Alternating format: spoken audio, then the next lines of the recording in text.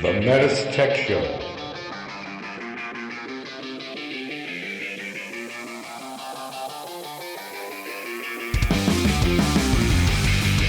Welcome to the METUS Tech Show, a show for HVAC professionals by HVAC professionals. The METUS Tech Show.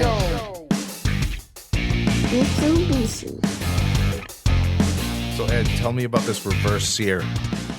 So I'm going to tell you how you've been making your steaks wrong your entire life, and I'm going to alter the trajectory of your life for the better, right? So conventional wisdom is you got to sear the steak really hot and fast, and then you cook it up to the temperature that you want. Right. The problem with that is that the outside of the steak keeps cooking, and it's hard to get consistent results all the way through the steak. I agree. And so the reverse sear takes kind of a scientific approach to the steak in that you cook it low and slow. So I'm talking 225 on the grill. If you got, Kamado style, big green egg, something like that, 225. And then when it's up to, so I like my medium rare, right? Yep. So doing that low and slow, it keeps the temperature and the pressure down in the steak, and it's a uniform temperature all the way through. And then at the end, when you get the steak very close to where you want it, you sear it hot and fast, literally as hot and fast as you can get it. So if you've got a piece of cast iron, if you've got a Blackstone that you can throw it on, something like that, get it screaming hot. And what you're going to have is a steak that is perfectly medium rare all the way through the steak. And the great thing about that, because you're controlling to the internal temperature, right? And you're doing it may take an hour to come up to that temperature. What you get is literally it's the same consistency all the way through, and you can do it with a super thick steak. You can do it with the thin cuts of steak. It works for everything. So it is completely revolutionized how I make steak. No, I'm gonna have to start doing that because my wife and I have been trying to eat healthy, and we're doing the whole carnivore diet thing, and when I go out to the grill and cook my steaks, they're good, but I just feel like I'm taking a good cut of steak and I'm kind of ruining it sometimes, and I want to try that. Now, I noticed that you got a Blackstone grill recently, right? Yeah. Yeah, I saw a Facebook post, and how's that working out? It's fantastic. I mean, if you ever want to live the hibachi lifestyle and do the volcano, but do it at your house, it's great. I mean, it makes breakfast. It makes pancakes. We do stir-fried chicken and noodles, and Costco has this Asian barbecue sauce. Yeah. That stuff is awesome. And Bachman's, I think, is the name of it. Yeah, the Japanese barbecue sauce. That stuff's great. I've got the red bottle. I noticed there's like a blue and a green, and there's different flavors or whatever. But I only tried that one, and I just, You can do the cool hibachi chef, the clang, clang, clang, clang, clang, clang, clang. Now, so, Ed, yep. Ed, I got a bunch of questions. So you got me thinking, because you watch these guys on these cooking shows, and they tell you to sear the steak first to lock in the juices. But on the other hand, when you smoke something or you slow cook meat, it's so tender and juicy. So I'm kind of like torn. But so I'm gonna have to give this a try. My mouth is watering just thinking about it. But on the Blackstone, I've been debating. I'm ashamed to say I don't own a Blackstone, and I don't own a smoker yet. And I think Steve will probably tell you, for the last year, I've been hemming and hawing on which one to get. But what I've heard about the Blackstone is that it requires a lot of maintenance, and I'm not the kind of guy that's good at doing maintenance. So what say you about that? I have an amazing answer for you. So Weber, so I didn't get a Blackstone. I actually got the Weber Slate. Yeah. And so the new Weber Slate has like a maintenance-free top. And so I don't have a whole lot of experience with it yet, but it's, the old one. So we had a griddle, and we sold it to get the new version that doesn't require as much maintenance, and it's also bigger because I have entirely too many children. So, check out the Weber slate. I know Ace Hardware has a. So is it a different kind of metal? It's a different. It's some fancy. You can tell that it's a different. It comes pre-seasoned, and I like that. Yeah, I mean, the pre-seasoning is key because that's a pain. It's like a cast iron. You got to season it, and then every so often re-season it. But pre-season, that's huge. Yeah, and it's much lower maintenance, and it's got this really innovative shelf design on the side. So it's got a modular. You can swap out like the tote bucket with all of your tools and bottles and things. Yep. You've got a cutting board. You've got a table that swings up. It's definitely an upgrade. So, yeah, you got me thinking now. Now, are you doing steaks on that, or you're taking a steak from the grill? You're putting a steak on the grill, gas grill, whatever, and then transferring it over for the final cook on the slate? Just because when I cook, I tend to cook for a huge number of people. Even if I just cook for the family, it's a lot of people. But I've got an extra large big green egg. And so I'll set that up to go, 220, 225. And then I'll transfer a huge tray of steaks to that griddle that's already hot and waiting and literally just finish them off on that. Yeah. Couple, 20 seconds on each side with the tongs, and you get that Maillard reaction, which is where the steak browns. Yeah. And that gives you that completely consistent, that deep pink all the way through with that edge of the brown seared steak. So it was recently my birthday, and my wife's like, I don't know what to get you, so just get something. And I think I'm going to get a Blackstone or check out the Weber version, Yeah. the Weber slate. Now, when you say Weber, I think money, big money. Well, I just checked. Depending on where you go, they're anywhere from $350 to $900, different sizes, and everybody's got them now. Blackstone, I think, was the first one that I've seen that was really popular. But now Traeger makes a flat top. Everybody's making a flat top now. But with Weber, you can't go wrong. Yeah, it just lasts. You get what you pay for, and it lasts. I think it's got a 10-year warranty when you buy. At least the grills do a 10-year warranty on things. But I ended up getting a Napoleon grill, which is Weber's competitor, and it's a 15-year warranty. And I love the thing, but I'm just a regular gas grill. But I think, Ed, you've sold me on that. In fact, I'm going by the store on my way home today because it's one of those things I'm going to bring home and give it to my wife. It's her birthday, and I'm going to give it to her for her birthday. Wow. Just think of all the out to eat money that we're saving by cooking at home. I mean, it's so much healthier. I'm looking out for you, dear. It's Yeah, exactly. She loves stir fry. She loves stir fry. When I make stir fry at home, I got to do the onions first, and then the peppers, and then I got to do cut up the meat and the protein, and I got to do everything separate. With this, I'm doing it all at once. Dinner's ready in half the time. I don't know if that might backfire on you, Paul. Paul's the only guy that I think got away with getting his wife a vacuum cleaner for her birthday. It's what she asked for, actually. Yeah. It's well, I know I probably told you this story before, but our first anniversary, I kept asking her. I'm a horrible gift buyer, just so you know. I kept asking her, "What do you want? What should I get you?" And she says, "Don't get me anything. Don't get me anything." Well, where we got married, the venue was a hotel, and on the year anniversary, they give you a free night stay and a dinner and the strawberries and chocolate and champagne and all that. And she gives me a gift, and I said, "I thought we weren't doing gifts." And the look on her face was like, "What?" And I felt so Don't bad fall for that. Yeah. But it was a week before the actual anniversary, and I said, "Well, I thought we were doing it on our actual anniversary, not tonight. So I didn't get you anything. Yeah, I mean, I have it. I just didn't bring it with me," which was a lie.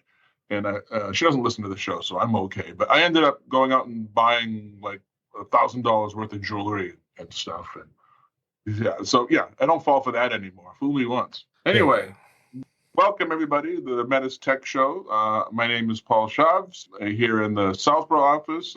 Joining me remotely from Atlanta is Steve Pimentel. Steve, Hey. say hi. What's going on? And our very special guest today, who just educated us on reverse searing and flat cooktops, flat griddles, is Ed Blair. Ed, say hi. Hey, howdy. So, Ed, tell us a little bit of what you do for METUS. The short version is I am a general purpose controls nerd. So I work in a group where we specialize in helping to apply controls to different commercial products. So the majority of my time is spent focused on commercial controls and helping our sales team.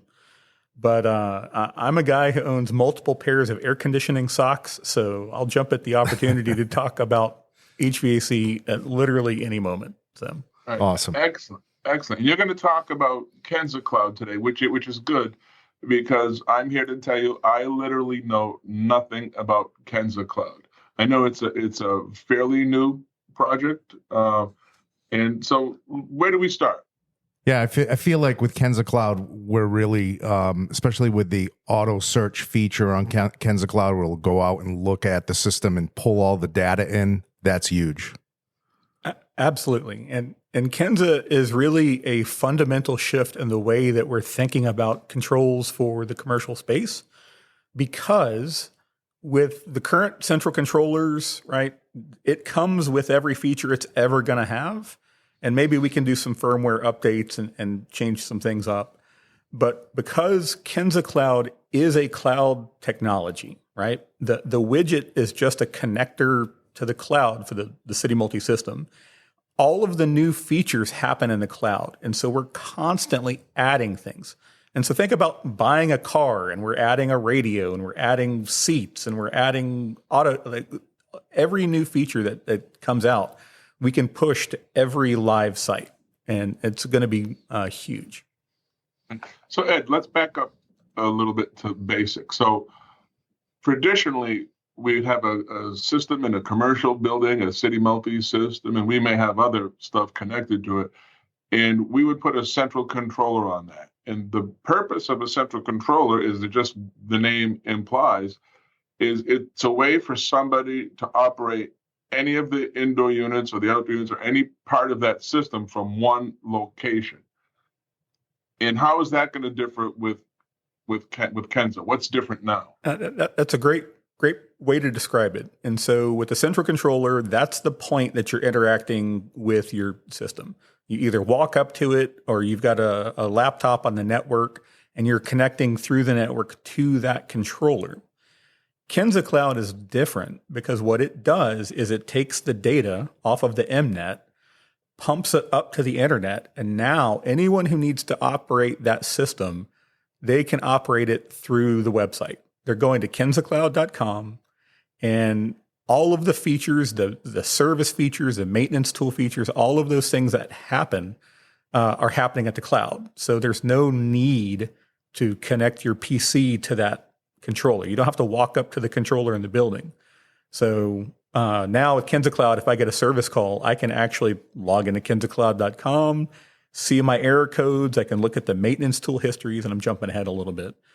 And I can do all of that without having to be in the building or touch the building or worry about setting up a VPN tunnel or dealing with IT departments. It's all right there at kenzacloud.com. Now, with a central controller, I have to, whether I use initial settings tools or do it manually, I have to tell the central controller what it's connected to. But Steve just mentioned that KENZA goes on the MNet and sees what's connected to it, and it knows that inherently?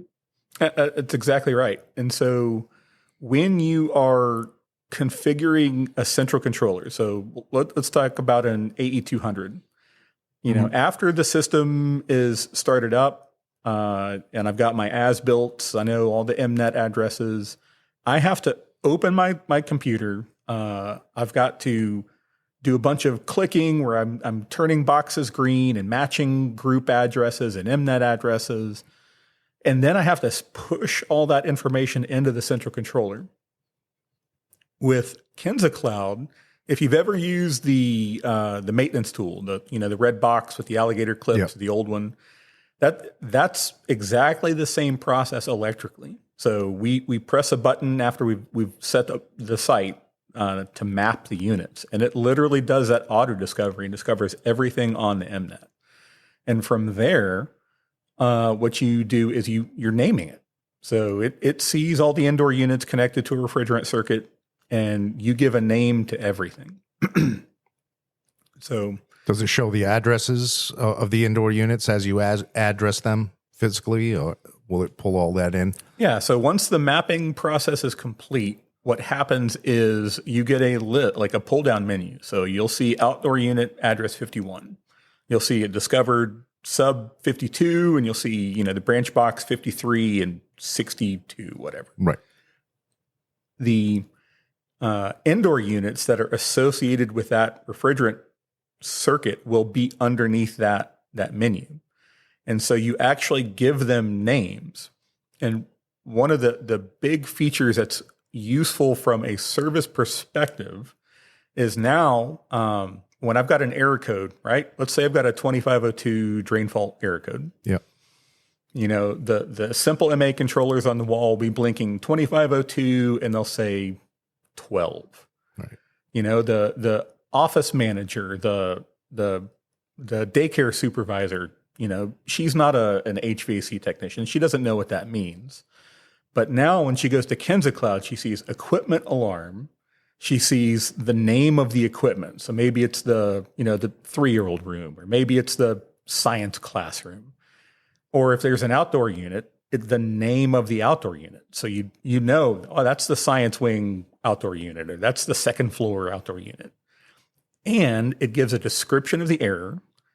And there's even troubleshooting tips in the error message. So it'll tell you, let's say you're a maintenance guy and you're not super familiar with City Multi equipment.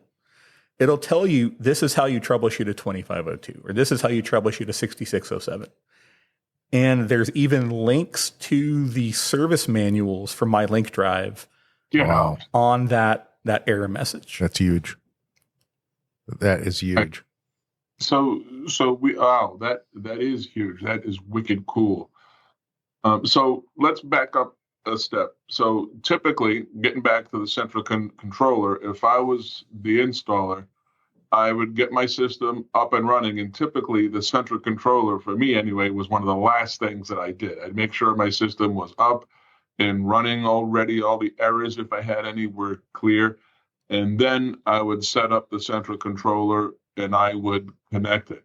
Am I doing the same thing? Is this going to be the last thing I put on the system typically? Yeah, that is correct.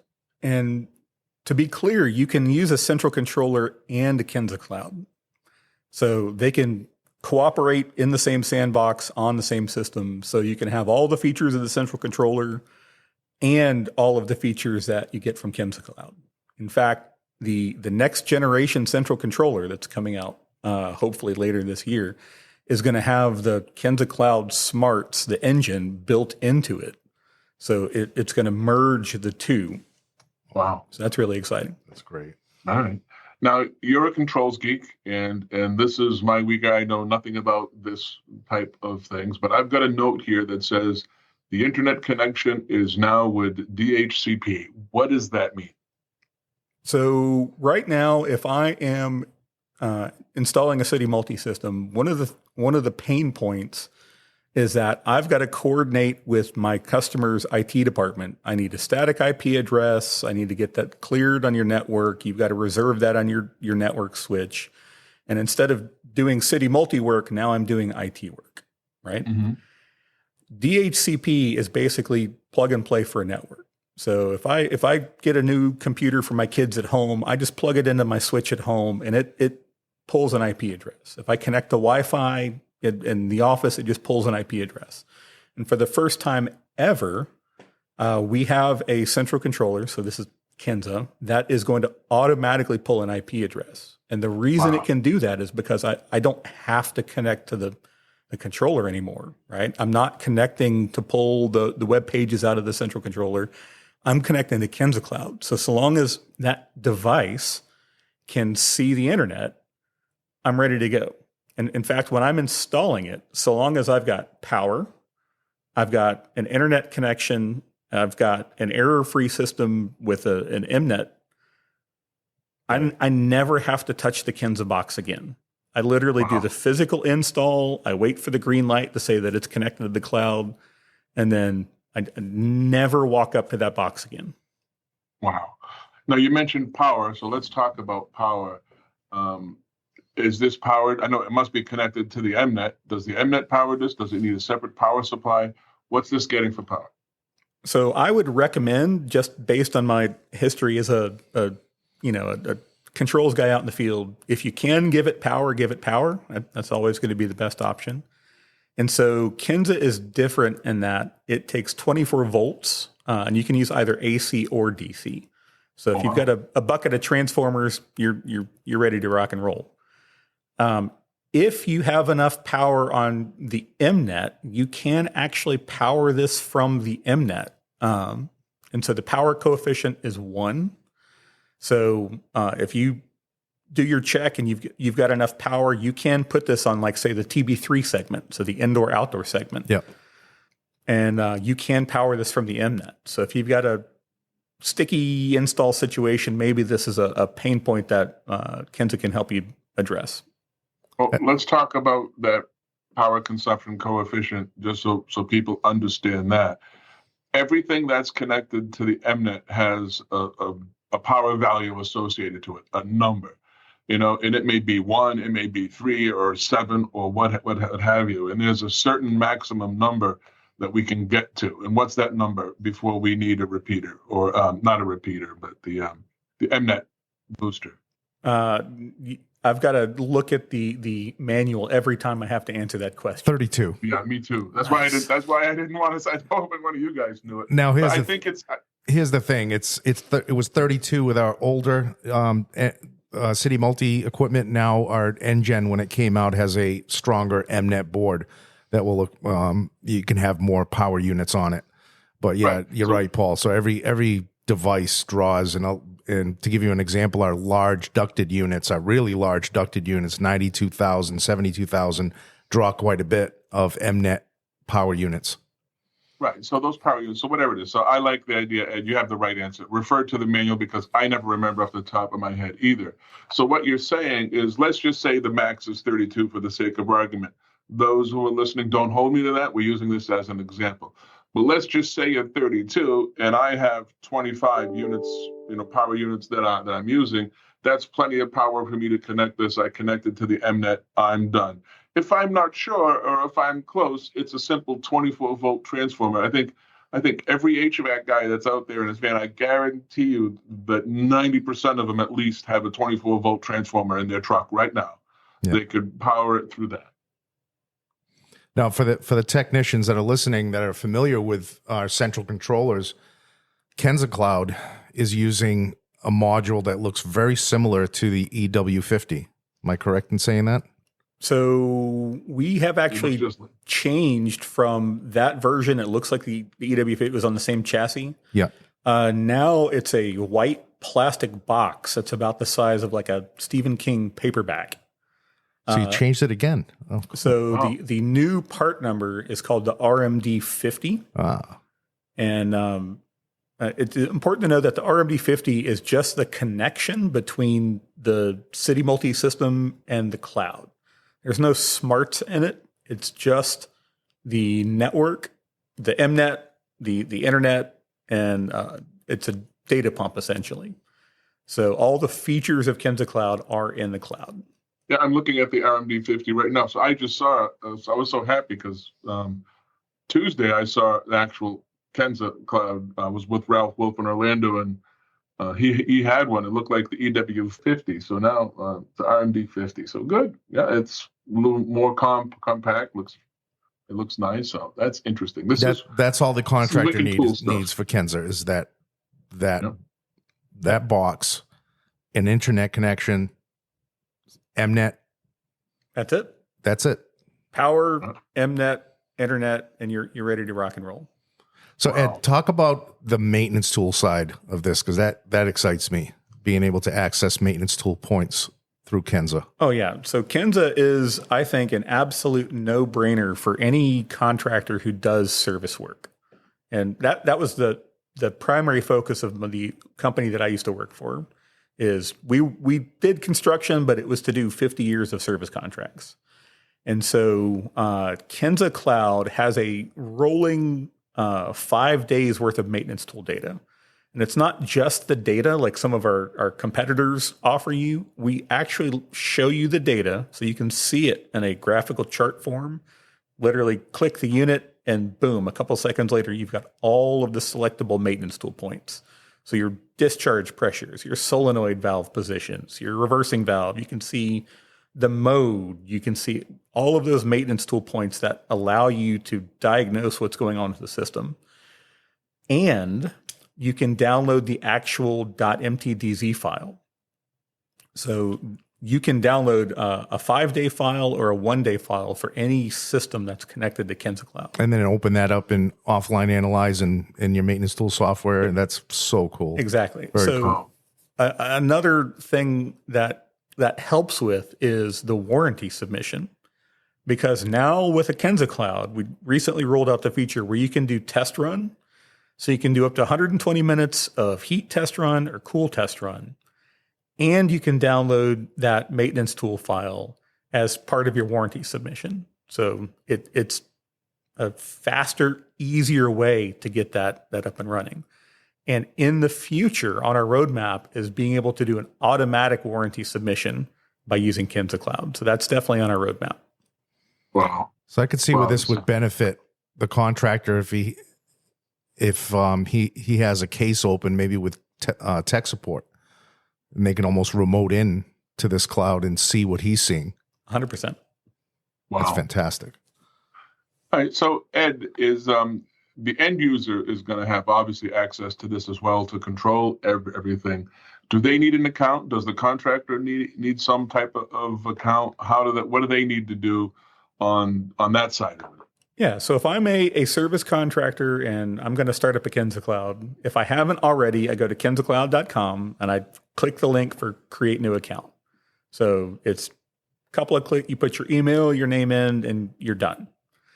Same thing for anyone who's going to use it as, building manager or somebody who wants to be able to change their set points. From there, if I'm going to start up a site, I create a new site. So, let's say I'm starting up, Ed's Daycare, right? So I call it Ed's Daycare, I put the street address in, and that tells what the weather widgets and all the other stuff, what to do. And it kind of unlocks some future roadmap features that we're looking at rolling out. Once I have my site, the next thing the contractor, am going to do is I'm going to add my gateway to the site.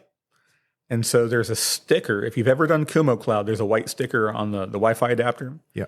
Mm-hmm. With KENZA, you've got the same thing. It's got the MAC address, it's got the serial number, and it's got a device key. You type that in.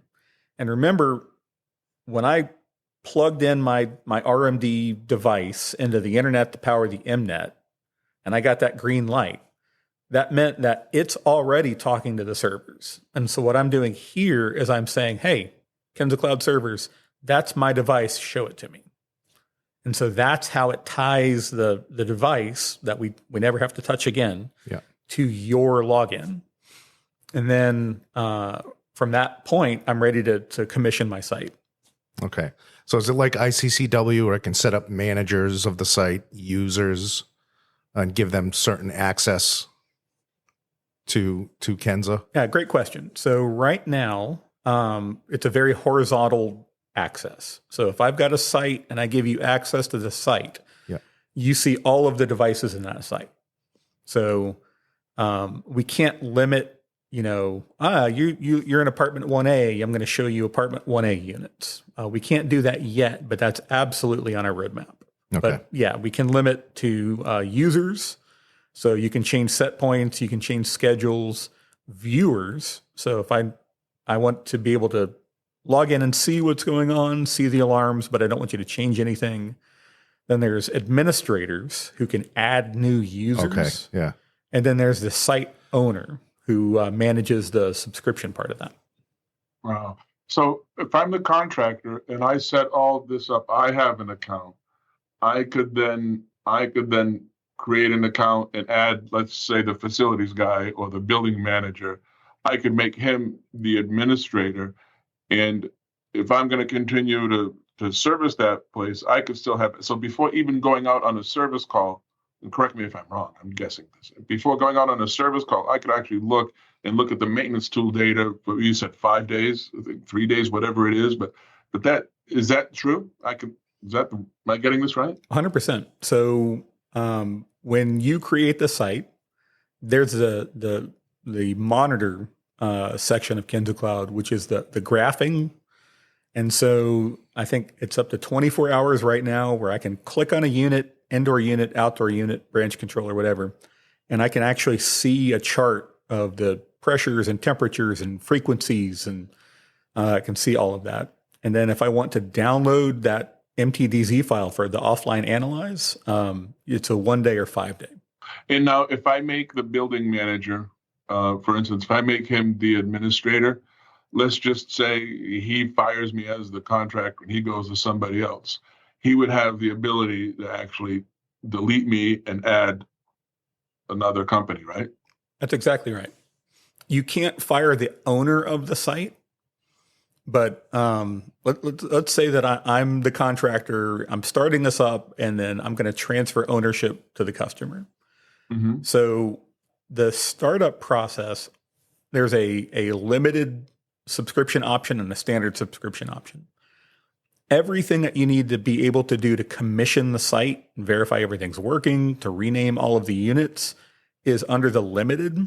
So I, as the guy in the truck, I never have to get a credit card out. I'm not worrying about expense reports or who's going to pay. Everything that you need to do your job is right there ready for you. And then once everything is complete, I would transfer ownership of that site to the customer. And from there, they can put their credit card information in, turn the system on, and now you're an administrator as the contractor. So I can see everything, I can make changes, but I'm not worried about, it's not my credit card in the system. Wow, that's good. That's Now, good. So am I go ahead. limited to the controllers that I can put on the wall for each indoor unit? Does it play with all our simple MAs, MEs, deluxe MAs? And are there any added features as far as like dual set points with KENZA? Yeah, so KENZA is going to pull the data right off of the MNet. So if you've got an SDW because you want to have auto dry mode on a zone, it will see the data for that zone. We can't get the humidity out of the SDW. Right. We can't get that out of the Smart ME, I don't believe. I think maybe we can. I don't know. I have to check. Anything that's on the MNet, it pulls into the KENZA. So you don't have to worry about any of the touch MA, the logo, anything like that. Okay. And we can restrict controllers or restrict units from being changed through KENZA, just like we could do before. So I don't think we can do prohibits yet in KENZA, but remember, you can have a KENZA system and a central controller. So we can prohibit on the central controller. Correct. Yeah. Okay. Well, let's continue along that line about some of these features. So we already talked about the maintenance tool data. I think that's huge that we can get. What are some of the other features that we have with KENZA Cloud? With KENZA, when you log into the site, you get a dashboard that shows, what mode all of my units are in. I get a pie chart that shows if I've got any errors or what kind of errors they are. I've got a weather widget so I can see what's going on, at the site. And then when I, drill down into controlling the site, I've got a list of tiles across the top where I can click on a unit or I can click on a bunch of units and change mode, set point, vane angle, fan speed.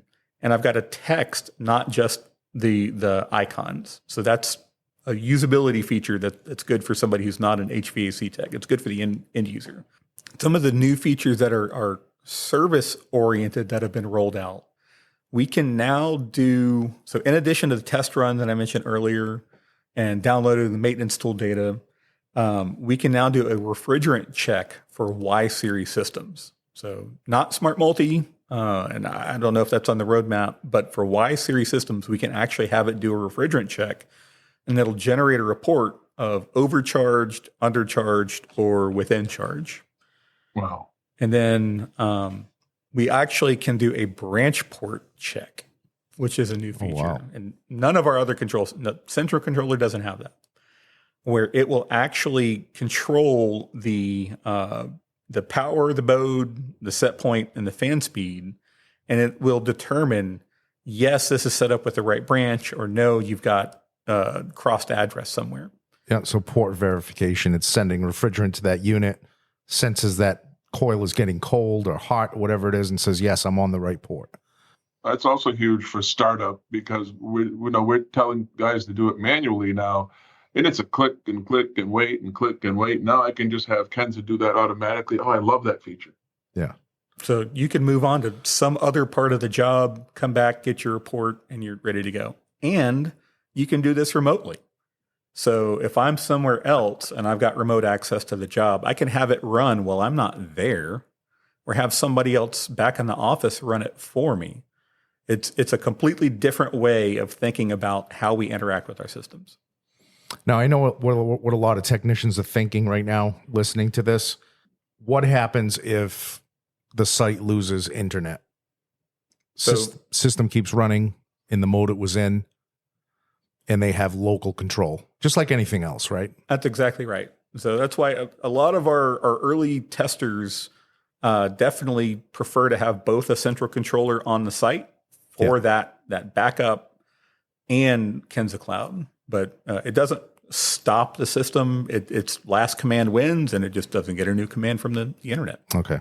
And I got a question for you. Is KENZA compatible with older generation city multi-systems? There's an official answer, and then there's the unofficial answer.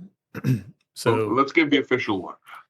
if you can connect a current generation central controller to KENZA Cloud, you should be able to operate that equipment. All right, Ed, one more question I just thought of. Can I see a floor plan, or can I upload a floor plan to KENZA to see what's going on? And I guess a second or piggyback question would be, is how would this integrate with a BMS or BACnet?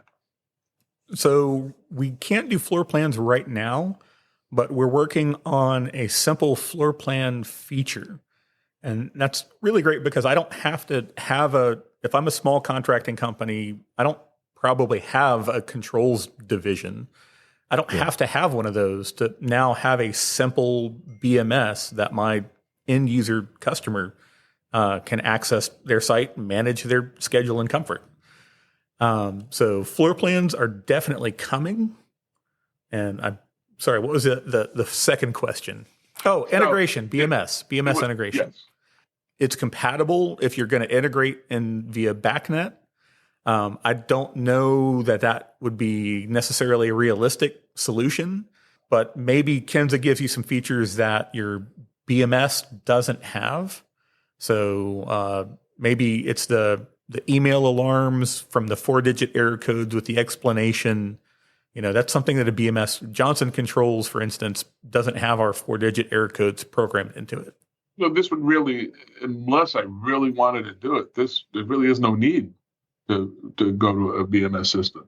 Yeah, I think KENZA fits nicely in the kind of an underserved market where it's too big just to run the system with wall controllers, but maybe not big enough where a full-fledged BMS makes sense, right? Wow. Right. Well, yeah, makes sense. The Tracer SE is great and powerful, but it's expensive for these smaller jobs where KENZA might fit. Yeah, good point. Are there any other features that we haven't talked about and that you want to mention before we move on to the next topic? I think we've covered pretty much everything KENZA has to offer today, but there's always more in the roadmap. And if you are a contractor and you want it to do something else, we are always looking for feedback. So feel free to reach out to the METUS Tech Show at hvac.mea.com.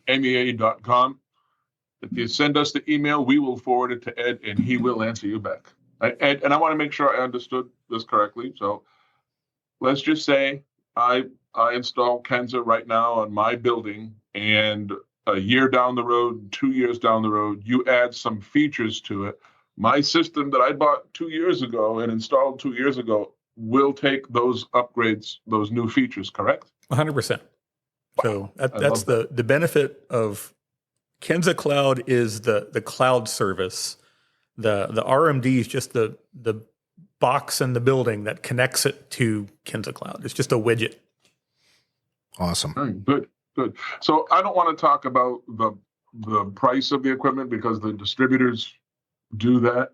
But what about the subscription fees? How does that work? Because you mentioned a subscription earlier.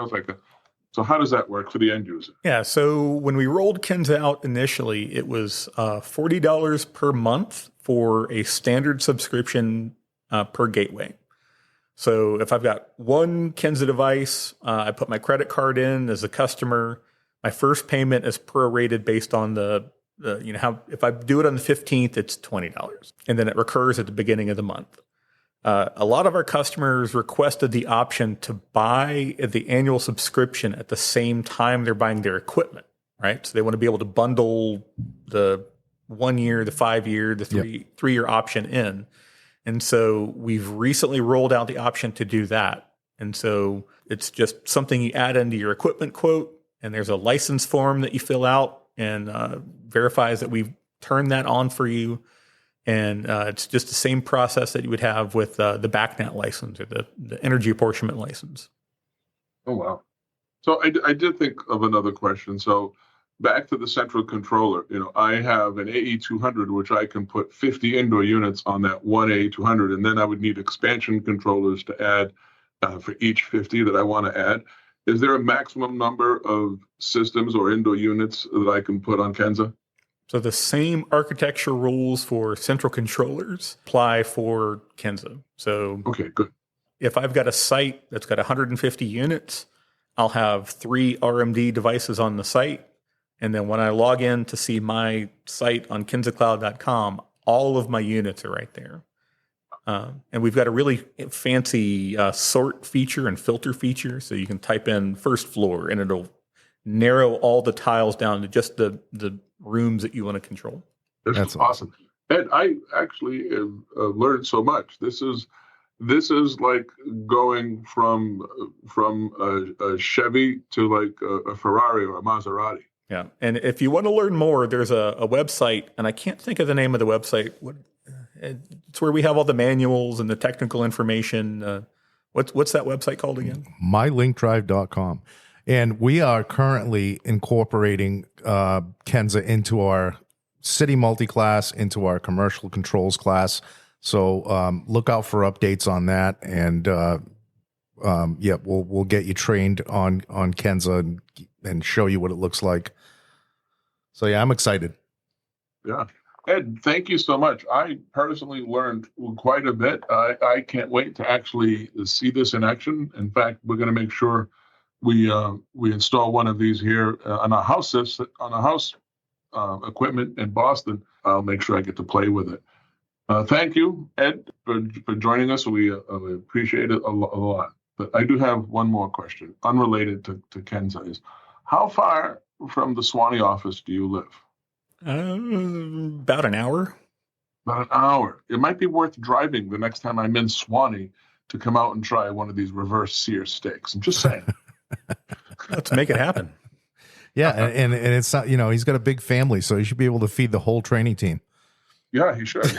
Well, actually, the whole training team is coming down in August, so we could, an hour is not that far. We could make that easily. So, what have you made for breakfast on your slate? So, I am an excellent maker of pancakes. Nice. It doesn't sound difficult, and pancakes are easy, but great pancakes take a little bit of effort.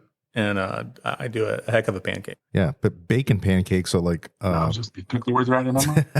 Bacon pancakes are like this big thing right now on TikTok, just blowing up. Everybody's making bacon pancakes, making bacon pancakes. And I got a bird that sings the thing. They take a strip of bacon, you dip it in pancake batter, and you grill it. I've been making those for years. I've been making those for my kids since they were little. They love those things. Yeah. But breakfast is always a pain in the butt. You got to bust out all kind of frying pans and everything just to be able to go on your back porch and fry up some eggs and pancakes and everything else, and you don't make a big mess in the kitchen. I like that idea. I mean, sure, the onion volcano doesn't necessarily go with pancakes, but it entertains me. Onions always any time of the day, right? Awesome. All right. We'll see you on the next one. Take care, everyone.